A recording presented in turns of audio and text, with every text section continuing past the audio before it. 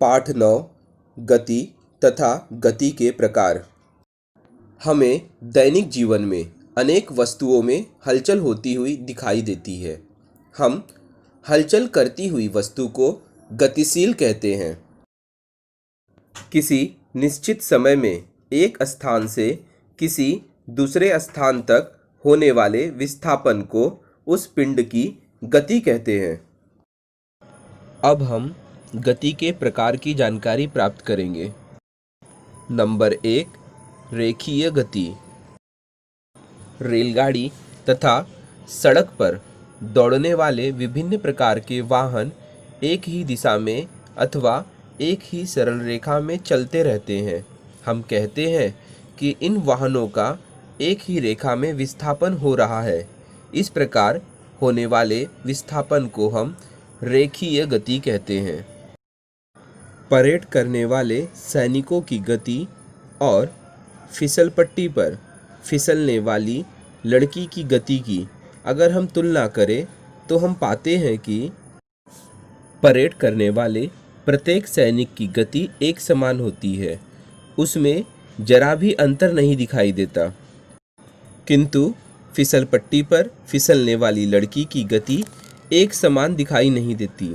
लड़की फिसलपट्टी पर से तेजी से नीचे आती है क्योंकि उसकी गति सतत बढ़ती रहती है। सैनिकों के परेड की गति एक समान रेखीय गति है क्योंकि उनकी गति में किसी भी प्रकार का परिवर्तन नहीं होता। फिसलपट्टी पर फिसलने वाली लड़की की गति असमान रेखीय गति है क्योंकि उसमें सतत परिवर्तन होता रहता है। इस प्रकार रेखीय गति के दो प्रकार हैं। पहला है एक समान रेखीय गति। यदि प्रत्येक इकाई समय में पिंड द्वारा तय की गई दूरी निरंतर समान हो तो पिंड की गति को एक समान रेखीय गति कहते हैं। दूसरा है असमान रेखीय गति। यदि प्रत्येक इकाई समय में पिंड द्वारा तय की गई दूरी सतत परिवर्तित होती हो तो पिंड की गति को असमान रेखीय गति कहते हैं। दूसरा है अरेखीय गति। एक ही सरल रेखा में गमन न करने वाले पिंडों की गति को अरेखीय गति कहते हैं। झूला निरंतर एक सिरे से दूसरे सिरे की ओर वापस आता है। एक पूरा चक्कर लगाने में उसे प्रायः समान समय लगता है। झूले में होने वाली इस प्रकार की हिलने डुलने की क्रिया को दोलन गति कहते हैं। ठीक इसी प्रकार दीवार घड़ी के झूलते हुए लोलक की गति होती है। पंछियों के पंखों की गति भी दोलन गति होती है।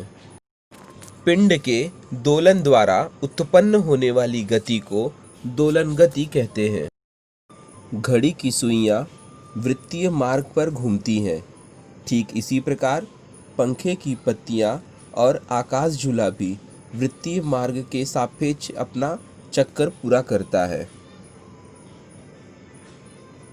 वृत्तीय मार्ग पर होने वाली गति को वृत्तीय गति कहते हैं।